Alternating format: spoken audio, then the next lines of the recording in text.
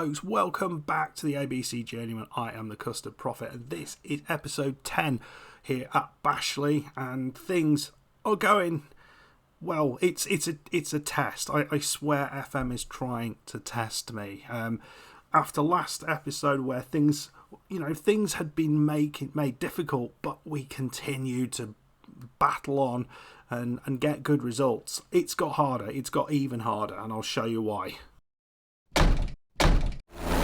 So folks, you'll see we're very much in a similar position, I think, to where we were back then. The problem we've had is a fairly big one. We have lost 3 more players. 2 of them, and I know in the comments said, do not let anyone else go. And to be honest, I didn't intend to let anyone else go. Apart from Frankie Taylor, I thought we could lose him from the wage budget and all would be good.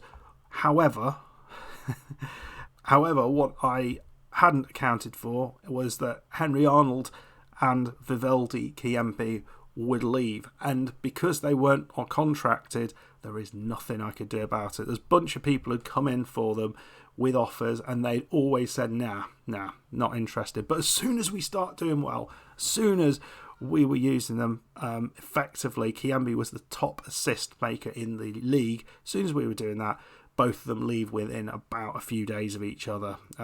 Arnold going to Coventry United and Chiempi going to Jersey Bulls. And they'd been offered things countless times. I was not worried in the slightest when they came in with an offer, but there you go. We're down to a tiny amount of players.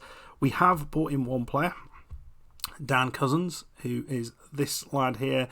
You see he's only played a single game, and that's because he's been sitting on the bench for good reason. We've been doing okay. We had a real dip when all these players left. We struggled to get things right, and then I went in to play the games on full match just to try and figure out what was going on, and I think I got it working. I think just about got it working, and I'll have a look at this. So you saw the game against Moneyfields where we won 3-1. All was looking rosy. We went away to Lark Hall, played quite well in this match. It was actually before Chiempi had left. He didn't have a great game, but neither did Richard Knoll, and we lost 1-0. I thought we deserved something out of the match. We played quite well. But then it all started to go wrong. Here is where we'd lost Chiempi. No, we hadn't actually lost him here. We lost against Royal Wotton Bassett 2-1. Richard Knoll got a goal early on, but he wasn't the same vivacious striker that we've come to know and love. He was a little bit lacking in energy, lacking in kind of idea, which is not what he's been. You saw just the fact he was just kind of running at people and they were falling over, and he wasn't doing any of these. And that's kind of how it's been actually since you were last together. He's just not the same player, and I don't really know why. We played Helston Athletic, beat them 2-1, a penalty from Richard Knoll, and Chiempi got a late winner there. And I think it was after this game, I think so, when we lost. No, it wasn't. He's going to leave at some point. So so Chiempi got himself a goal, but we weren't. Richard Knoll, not a good match. And I wasn't really sure what was going on. Then we played Street.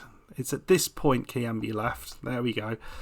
So we're having to play either Muhit Kose or Callis in that role. I watched this one on full match highlights, and I just wasn't. It was an odd one. We took the lead and conceded 2 late goals. We were very uncreative. It was just wasn't great. They were better than us, but we battled really hard and deserved a point for the battling display. They didn't have loads of chances, and the only 2 decent chances they had were right at the end. We really restricted them, and the likes of, I can see on watching a full match why Chris Sullivan gets the high ratings he does, because he is unbelievably consistent in the air. The amount of headers he wins is unbelievable, and tends to put them in the right place, tends to either get them well away or find another one of the players. But played really we played solidly there without being at all creative. So what we did was we changed things up a bit. So I noticed that we have the highest average passing attribute in the league, which was pretty good. I thought we should use that, particularly as when I was watching this on full match highlights, all we seemed to be doing was just bombing the ball long all the time, and the forwards weren't getting anywhere near it. It was just kind of bouncing back, and it was just time after time. So I thought, well, why not? Let's try and play a little bit like shorter passing. I know this is non-league and we're not supposed to, but considering we don't really have the big players, surely that's what we have to do. We have to make use of play to our strengths, and that's what we did against Shortwood United, and we made short work of them. Richard Knoll, a couple of goals, Monk and Gleeson. It was a frantic first half. We played excellently well and scoring 4 goals, but Richard Knoll got himself a yellow card. He missed the next match against Bristol MFs, and I was expecting there to be trouble ahead, but in reality, you can see here, Nicolau stepped up, scored himself a hat-trick, and what I was most pleased with is that Mark Thomas played alongside him in Richard Knoll's role. He was excellent. He was really, really excellent. I was really pleased with that performance. So then we played Brockenhurst away, lost 3-1, nice goal from Richard Knoll, but it was actually not a 3-1 game at all. We were pretty even with them. We just kind of they scored the goals, we didn't. So I wasn't too disappointed with that. So we're coming into this next match, and I'm feeling quite good about things coming against Royal Wotton Bassett. They are second in the league though, so it's going to be a challenge. And you can see how paper thin the squad. This is our squad. We've got literally just enough players to make a squad. Obviously, we've got some folk in the development squad, but at the minute we're just keeping those players. This is the squad we're working with, and when we need to, we bring in some of those youngsters. But there's not a lot of room to work with, to be perfectly honest. But on the plus side, it has meant that our finances now are down at 734 because we've managed to sort out a couple of contracts, extended a couple of contracts, which means, but we've managed to reduce the wages on those contracts, which was kind of cool.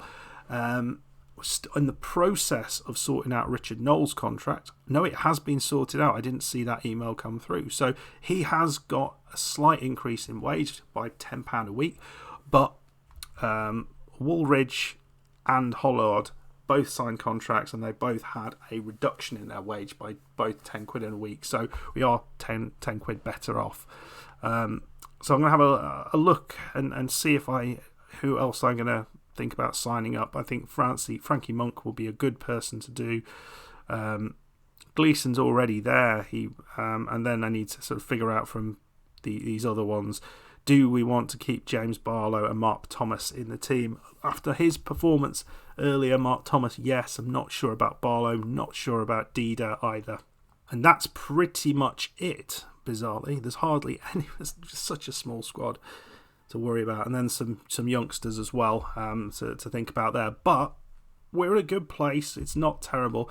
It's going to be hard, I think, to get into the playoffs with so little strength in depth, because a couple of injuries would decimate us to the wrong players. If we lost Richard Knoll and, say, Hollard or Frankie Monk or someone like that, we just don't have the replacements. So we hope that doesn't happen, but we are really kind of living on the edge. Let's go and play a game of football. So team we're going with is this. You can see things are slightly different, I think, from where we were last time. I can't remember the formation we had, but we're playing Nicolau and Richard Knoll up top. Just behind them is Gleeson. He's on a supporting role. I found actually he plays perhaps a little bit better, a little bit more integrated with the two of them if he's on an attacking role. Midfield, Monk, Smith and Kose. I've been rotating Smith and Kearney. They both have their strengths and weaknesses, and I'm never quite sure who's best to put in there. Backline, Fielding, Sullivan, Dida and Wooldridge with Hollard in goal. Bench is everybody else, and let's go out there and see if our our team, our tiny little group of players, can at least put a bit of pressure on Royal Wotton Bassett. I think we played them last year, didn't we? See how we do here. Well, we had a shot. Looks like Wotton Bassett were trying to get through there. Koze's, he's all on his own here. Oh, I thought he was going to have a shot. I mean, he's done very little, to be honest. He's not. He's just sort of sitting out there, and I'm not really sure what the best role is for him, or whether we should be thinking about bringing someone else in. But, you know, he's had a shot there. Here they come, though. Smeaton. 2 against 1 here. Sullivan, he heads it out. As I was saying, how good he is. Leading what? Smeghead. Whoops, that can't be right. I mean, it's just what his mates call him. Here we go. Sullivan just does the right thing. No one near him, so he holds on to the ball. Such a good player. Koze, lovely ball through. It's Richard Knoll. He scores a goal. Bang. He's back on track. Lovely ball through from Koze, though. Absolute cracker. Saying he hasn't done it. I don't think he's had an assist yet. This is his first assist. But a stunning little reverse pass. But it was because he played it so early. They weren't expecting it, and we've taken an early lead, which is fantastic. Well, 36 minutes on the clock. Not been a huge amount of chances for anybody, but we've made the most of the one that we had, that we saw. Ledding. No, I can't read his second name. It goes too quickly because he loses the ball. It's Richard Knoll. He's got it again. Richard Knoll doesn't score a goal. Kirk clears it. Oh, he should have scored a goal, shouldn't he? Oh, that would have been nice to go 2-0 up. Ledding Smedstrud. Is that what his name is? What God sort of name is that? No, just a second. We're going to have to see this guy. Ledding Smedstrud. Is he Danish? No.